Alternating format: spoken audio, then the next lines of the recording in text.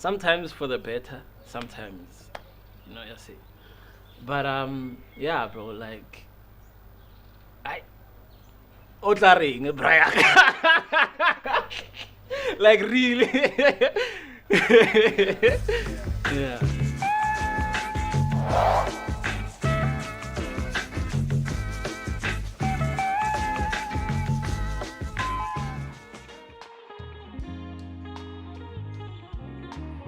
My definition of a copywriter, nah? You can imagine, like, so we work with ads, obviously. That's the first thing. Your TV ads, your radio ads, print, all you can think of, digital, and we are responsible for the words. But the best way to explain it is like, I think if you take a TV ad and you follow the volume, everything that's missing from that ad. So you have the visuals, but everything that's missing, like audioly, that's pretty much my job. Award we got for Coca-Cola. It's a can silver. For a campaign that's really much close to my heart. It's dope because it kind of like has music elements to it and habits this advertising thing that we're pushing. So it's like two worlds mixed in one. So I think I'd say that one is my most. So I just dropped an EP earlier on this year called Me, Myself and Only. It's out on all DSPs. And ever since then, like, I had like a rollout plan strategy for it. Executed some of the stuff, but like I didn't get to kind of like fully immerse myself into the whole thing. So I've been thinking of just like doing like performances and putting myself out there. That's on the music side, and then when it comes to like advertising, there's this thing that we worked on for Castle Milk Stout. It's actually launching like in the next few weeks. It also has like elements of music, so I think it's an exciting piece, and hopefully it does it pays us. Maybe it gives back the hours that we put into it. Cause yes, I think we've been working on it for like a year and a half, bro. Like since like last year October or something. So no, that's not a year and a half. That's like a year. This is last year October, but I'm really excited about that one. Oh, wait. Hey, they don't do jingles anymore. Yeah, they were good ones back in the day. I mean, you have your Joshua doors, you have your. You remember the Joshua door? You have an uncle in there? Yeah, exactly. You have your. I think my favorite one would be. Because it was just like in my head, like for the longest time, the Scott Emulsion one. You know that one? The Scott Emulsion. I like you, you help me to grow. I like it. I know, man, that was prime advertising. They should bring those back. Bring back the jingles. When like the whole team, loves the idea, and you're like, okay, we're gonna sell this, we're gonna win cans, we're gonna come back with awards, and then you come to that thing, a boardroom, you present to client, and they're like, nah, man, it's not my brand. How you guys wanna do things? I think you should actually do this and that. That's like the side where I'm like, I'm not.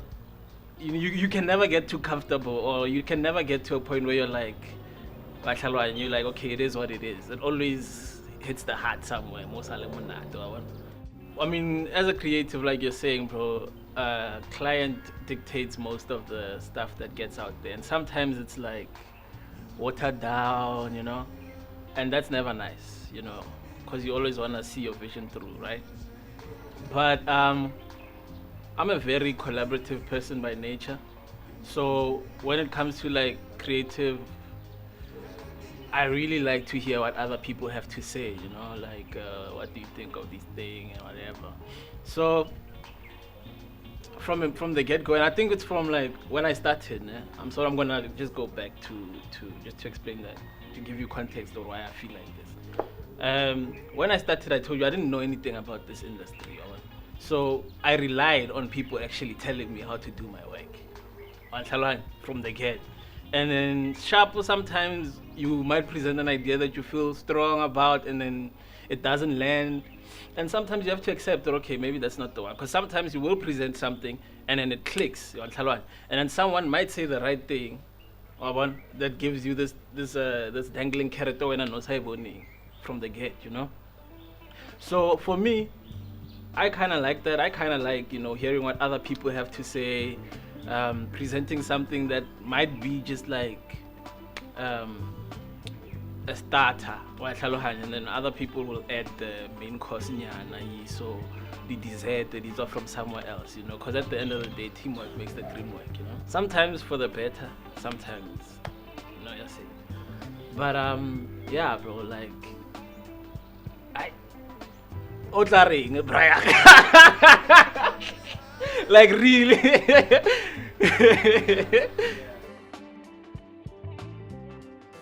A lot of people are saying, but I don't think so. I feel like someone said, like I think, and it was not long ago, it was like ChatGPT or like the AI platforms only exist for you to focus on the idea, so it can do the other stuff, the monotonous digital writing, daily. Like it's there to serve that purpose. Okay, I don't actually have to spend 5 hours on crafting this script to make sure it sounds like this and that. I can just put in what I wanted to say, and it can make it better. And I can focus more on the conceptual. How can we make it bigger and stuff like that? So I think it does not, for me, it does not threaten copywriters' jobs or anything like that. I think it actually makes them like, it gives them that time to be big thinkers and go for bigger things and focus on the idea. You feed it at the end of the day. You feed it and then if you can feed it, depending on what you feed is what you're gonna like. It will depend. Maybe the results will depend on what you feed it at the end of the day. So if your prompts are like top tier, then the work that will come out will still differentiate itself from the others. I feel like these things, bro, like from each level you are, there's a way to make it work in your favor, You'll always need original ideas that a computer can come up with. I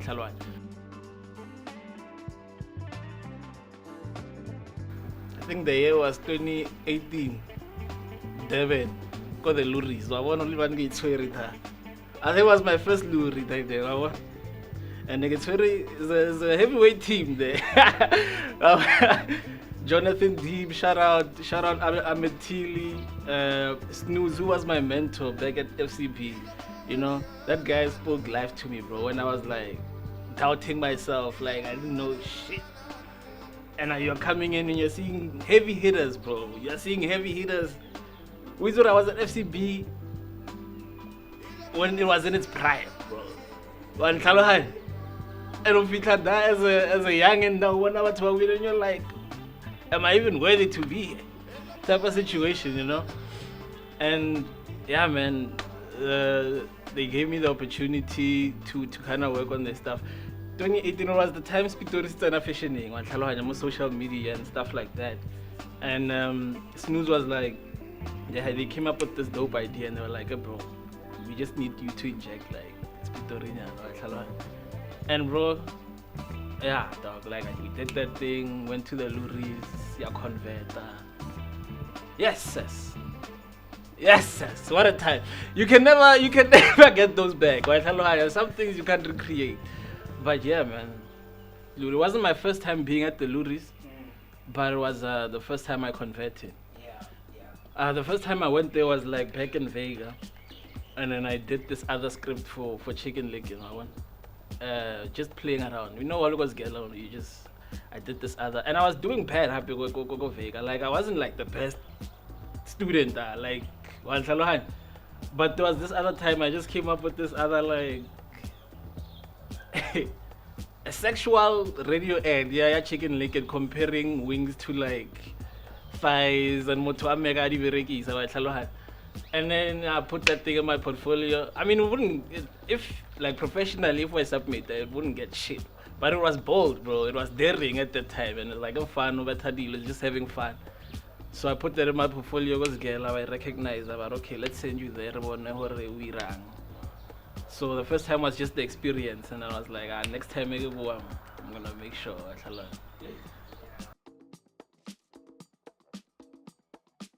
I'd invest more time in like knowing the interests of my creatives, because at the end of the day, I think creativity is not linear. I might have my own way of thinking, and what you find is sometimes people get into the role creative direction and impose their thinking on other people's creative, which sometimes works, because it's two things there and there. Like, I feel like it's more beneficial when you actually know, okay, this person likes this type of art. So when he comes with work, I know what to expect, or it's where he draws that inspiration from. I know where, to take it via that, to make sure that he also creates the work that he wants to create it, right? Just to meet them on that level. I think that will be the main thing. And I've been privileged to work with like fire creative directors, bro. Like Molefenyak, I think, like God kind of like gave me the ones by saying, "Oh, you're gonna get something from." So I think that's the main thing, bro. Just knowing what kind of creative you're working with. A lot. Mara, at the same time, maybe I think what's missing, bro.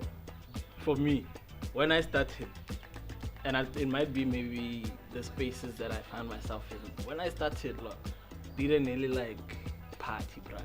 We were rock stars, chief. What I think the most important thing I'd say, what's missing in advertising is just like people being like having fun with it, Joe. I think over time like people get more serious. We start overthinking things. We always wanna be politically correct. And our job as creatives, is not to actually have those borders that I have to.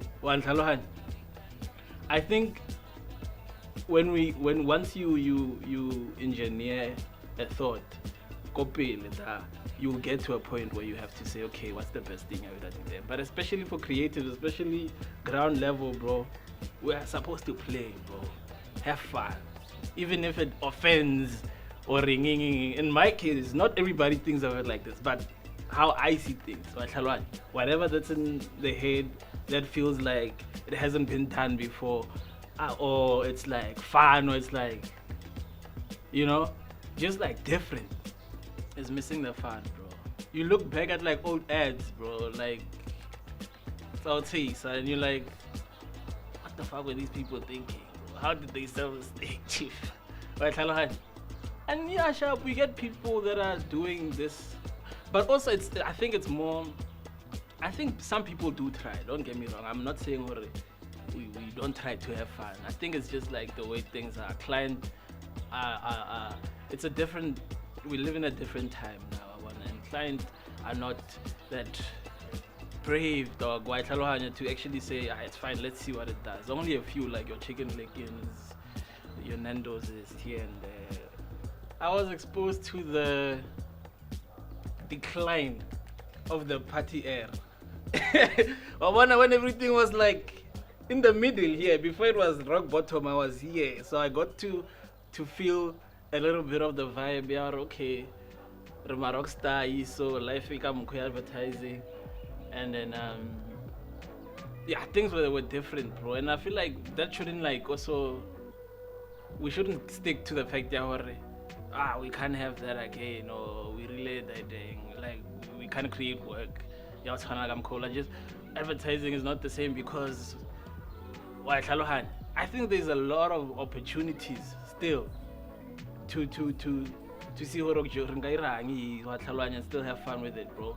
So, but yeah, just to kind of like answer your question, that's where I got into it. So I do understand the new wave, but I did feel like the slump, that thing, which was also, I think it was cool at the same time, because you saw how the old dudes were doing it. Not the old dudes, they don't like to be referred, or nobody wants to be referred as like a old dude, matter like how they were killing it, and then you get inspired from that. And then even now, Pusha, you just like, I wanna recreate that, but in my own way, in my own era. Yeah, man.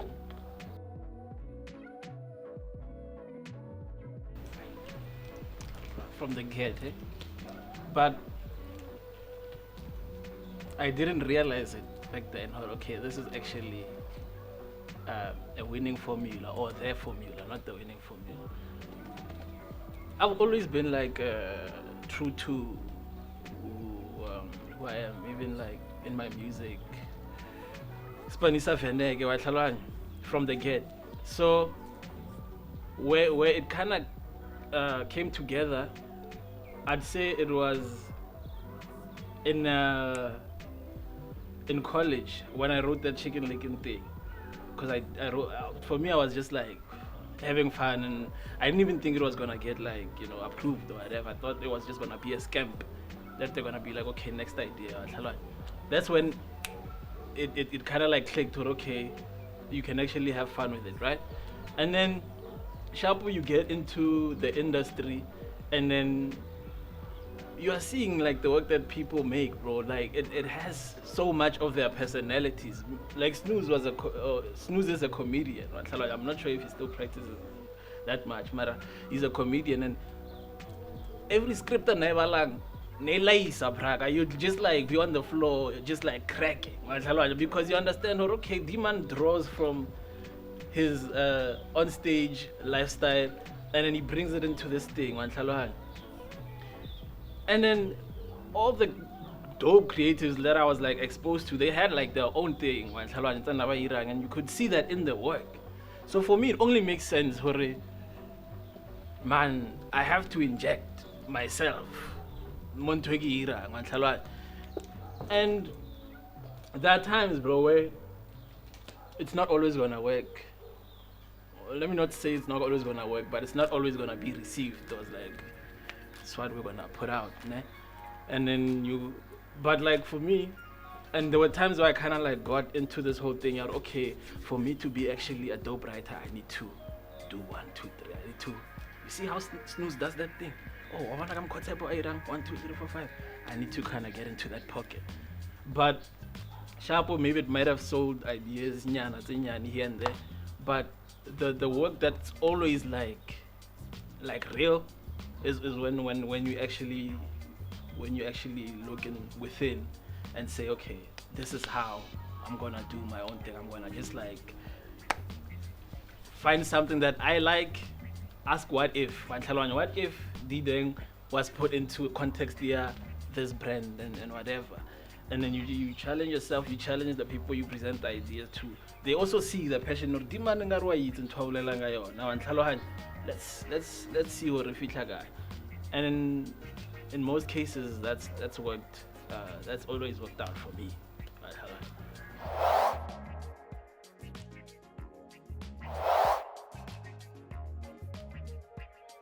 I like ads that are like, where you don't have to say much and the picture just tells the story. Even though I'm a writer, sometimes, but like visual is key. I think I'd put it it's a night cream, né? Yeah, it's a good 4.5 out of 5. Out of 5,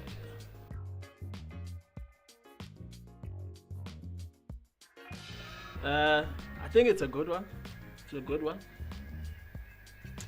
The way the copy works, the way the copy kind of speaks to the visual, it connects it properly. one thing I'd say about that one is like, if you don't use Photoshop, you're just a layman. You're lost. You know what I'm saying? You don't understand it. So that's like a whole, right? So I'd say 3. I mean, it's not because the creative's still cool. It's just that it might miss a few heads, you know.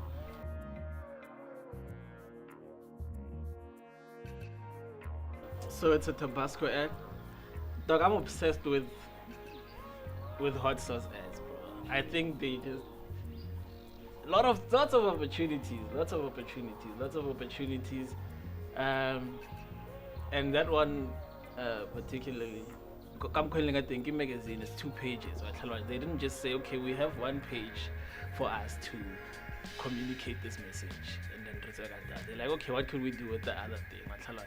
And how it's just smart, bro. It's nah, come on, man. Come on. Lamon Ali, yeah, dog. And it doesn't say, Leona, there's no words that like explain or no one a picture and you're like, hey, man, shit, that's dope, you know? Fair enough. Yeah. Thanks, brothers. Thank you.